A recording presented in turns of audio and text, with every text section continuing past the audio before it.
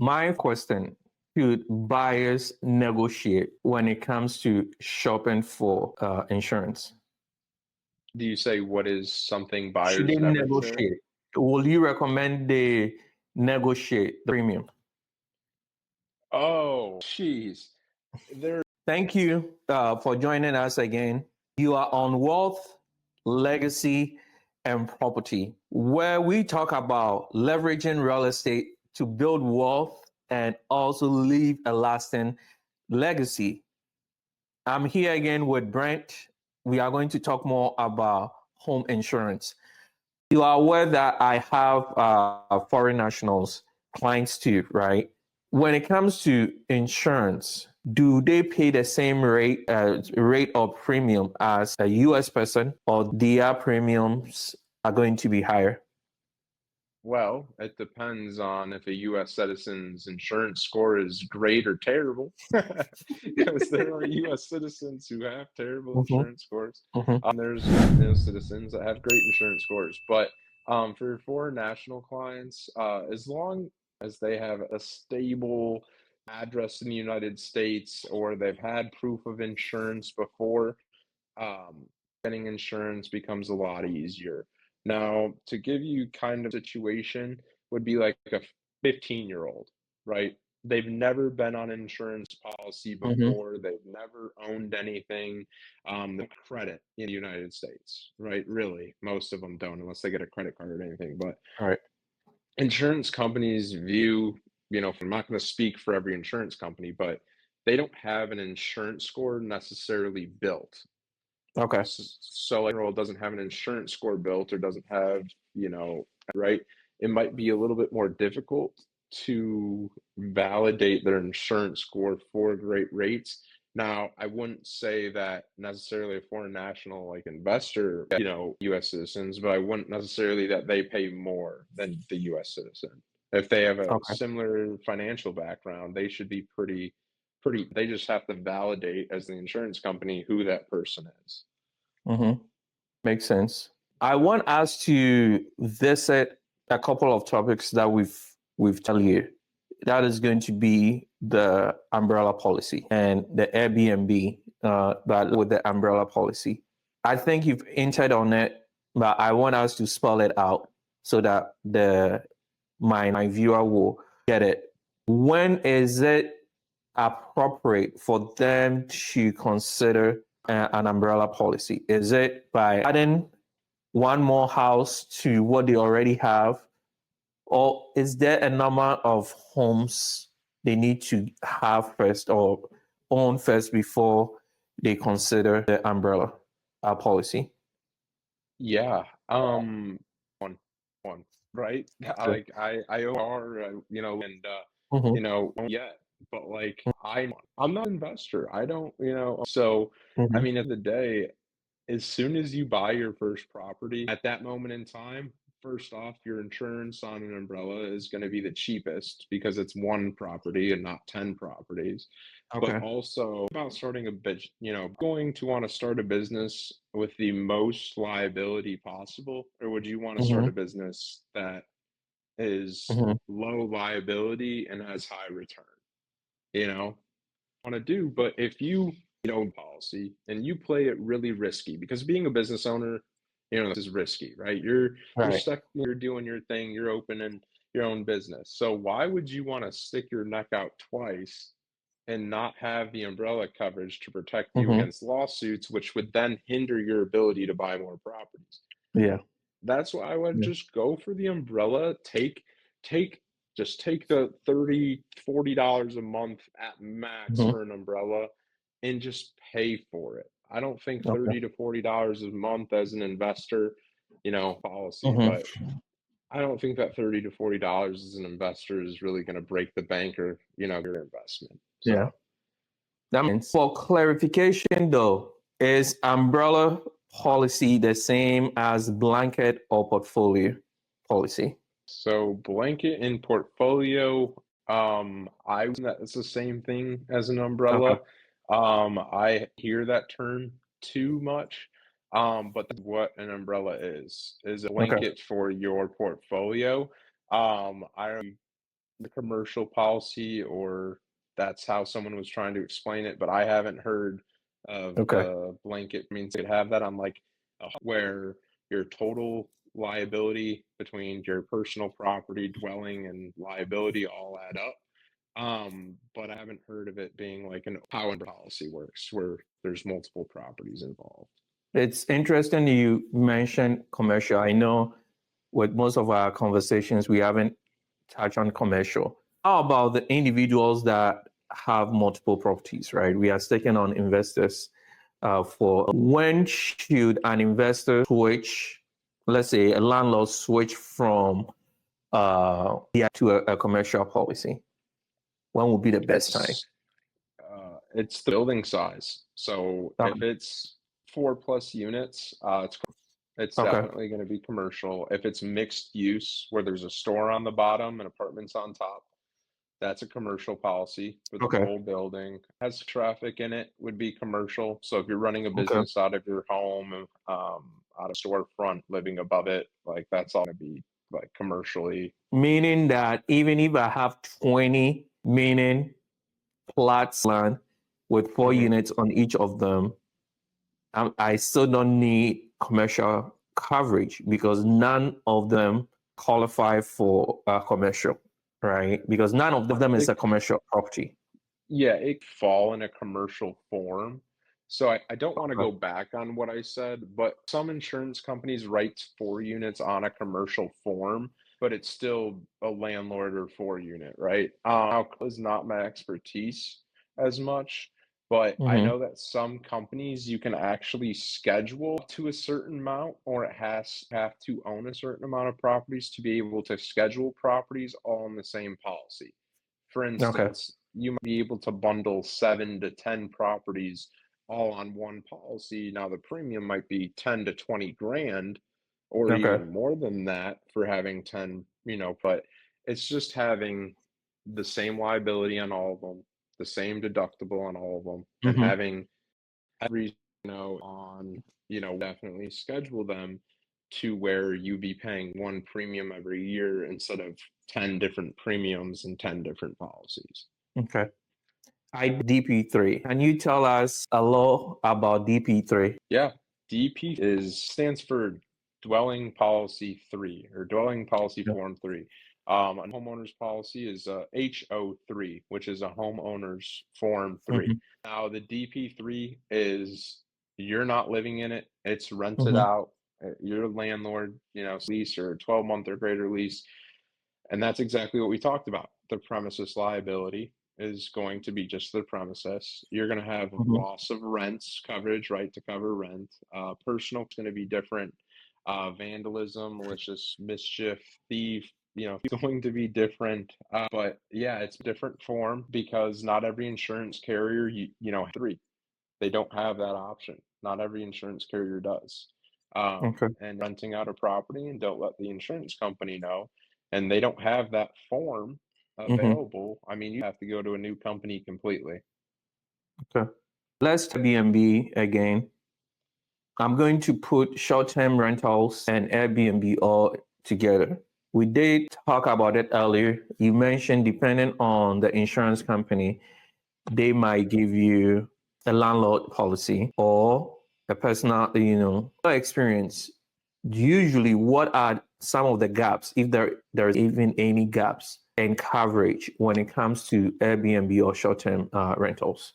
Yeah, I'm not really any big gaps because they're both going to be furnished Okay. typically. Like if like a nurse, they're there for 3 months.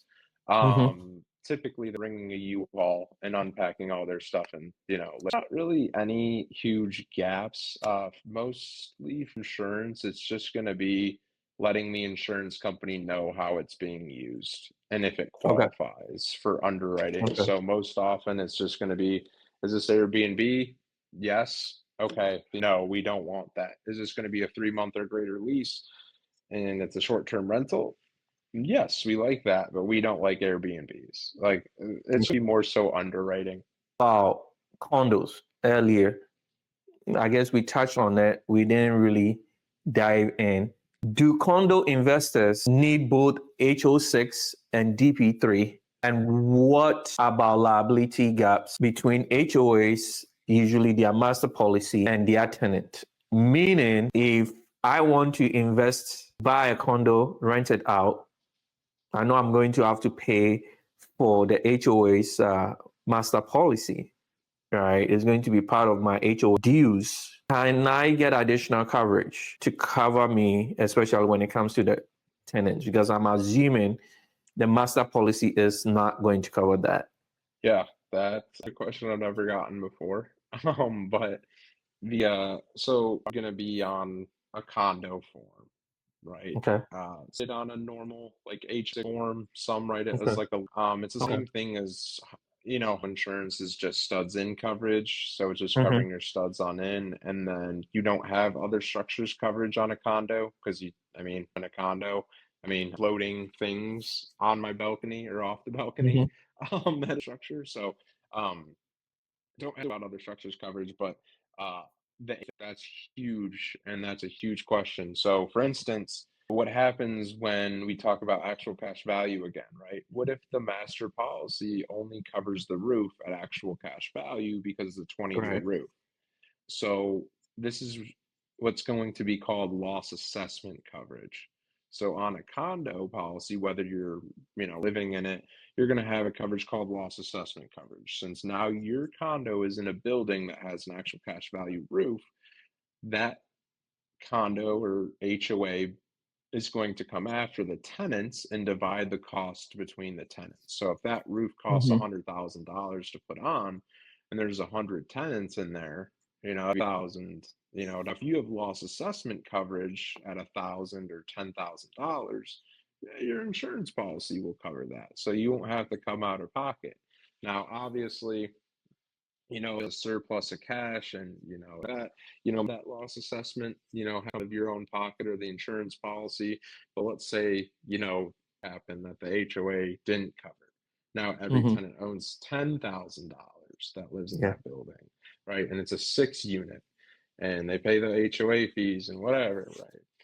You're going to want that $10,000 in coverage because there's a smaller number of tenants and Yes. the risk is higher. So Yeah. that's why I always speak with my condo clients on having loss assessment and having an Okay. umbrella because, Okay. like, again, that umbrella gives you coverage. Like, if start a fire in here and it goes ablaze and my sprinklers aren't working and that fire goes next door, I'm liable for that. Mm-hmm. Own a condo. So, 3 condos down, of still need. So, half of that 500,000 will just give Brent peace of mind if anyone gets injured, if, of units that I just simply can't afford because I can't afford another unit. There's no way. Yeah. So I wanted to talk about that umbrella because anyone that owns a condo, you loss assessment coverage and umbrella coverage. You did mention roof. You sent an email recently about some of the things that I guess homeowners, when they do their due diligence, meaning do their inspection. Can you touch on a little bit about your that and out? Because I think this is a very important piece of information they need to provide to the broker when they are Yeah. trying to get their policy. Yeah, because it's something I'm really passionate about as an insurance agent because I need that info first off. Two, as a potential buyer in the future and someone who's going to own in the future, wouldn't you want to know the roof age? Wouldn't you want to know the plumbing, Yep. electrical, and heating age? I go into a purchase buying something that I don't know. And I'm Right. not, maybe I'll be the hardest buyer that a real estate agent has ever worked with, but Mm-hmm. I want to know those ages, and I think the buyer should know that as well. That's Yeah. kind of the point. But the second point is, what's this going to cost the buyer? Like, Yeah. had, a brand new roof or didn't have an insurance claim and has a 20-year-old roof, um, don't you think that that's something they probably need to pay for, whether Yes. it's in the purchase price of the property Yeah. or seller credits or Yeah. for that and not the buyer? But see, I get where you are coming from, and I agree with you. Often enough, The seller will even tell you they don't even know the age of their roof. I've had situations like that, which leads me to my next question. Let's say the seller forgets to tell you or disclose past claims on the property. And we've about this on previous episode before, right? Yep. How can that come back to haunt a new owner, in this case, the buyer? Yeah. So, for instance, a relatively real life situation that just happened. Someone's for a nice home, right? Let's say $700,000, Yeah. and something wrong with the sub pump, or the water backed up the wrong way up the pipes. Let's say that claim happens again is probably pretty high because one, it I see. wasn't weather related, so it wasn't like that. Other one is typically with those water backup claims, they're just fixing the property in the basement where the water was, not the actual source of the problem. So if you're Yes. going to buy a $700,000 property, you're going to want to know how that sub pump works, what the water looks like, because if you have a water backup claim within the last 5 years, most insurance companies, one, will deny that home of new coverage because they know what's coming, or two, they won't even let you have that coverage. They're I not see. even going to offer it. So you'll have to come out of pocket. So would that deter Patrick from buying that home if they, disclosures? I mean, your return on investment and your future finances for sure. So, yeah. How about the situations where, flips for a minute? I'm buying a house that was flipped. Let's say full gut renovation. Can I consider that house as a brand new house?